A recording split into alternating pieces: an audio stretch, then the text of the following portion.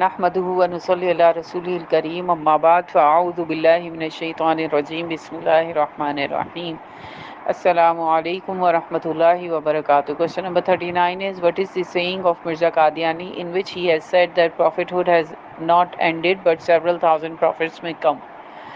Answer is, it is possible that the Prophet Muhammad sallallahu alaihi wasallam may appear in the world but not once but 1,000 times in prosy form, and also express his prophethood in a prosy form and with perfections. Question number 40 is, how did Mirza Qadiani's father help the British in the War of Independence in 1857? Answer is, according to Mirza Qadiani, he helped the British with 50 horses with riders. Question number 41 is, according to the Qadianis, which city has the blessing of Makkah and Medina? And the answer is city of Qadian. Question number 42 is, how many Hajj did Mirza Qadiani perform?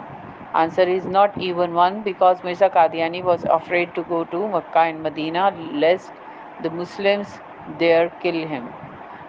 Question number 43 is, what kind of clothes did Mirza Qadiani wear while sleeping at night? Answer, gharara, women's dress.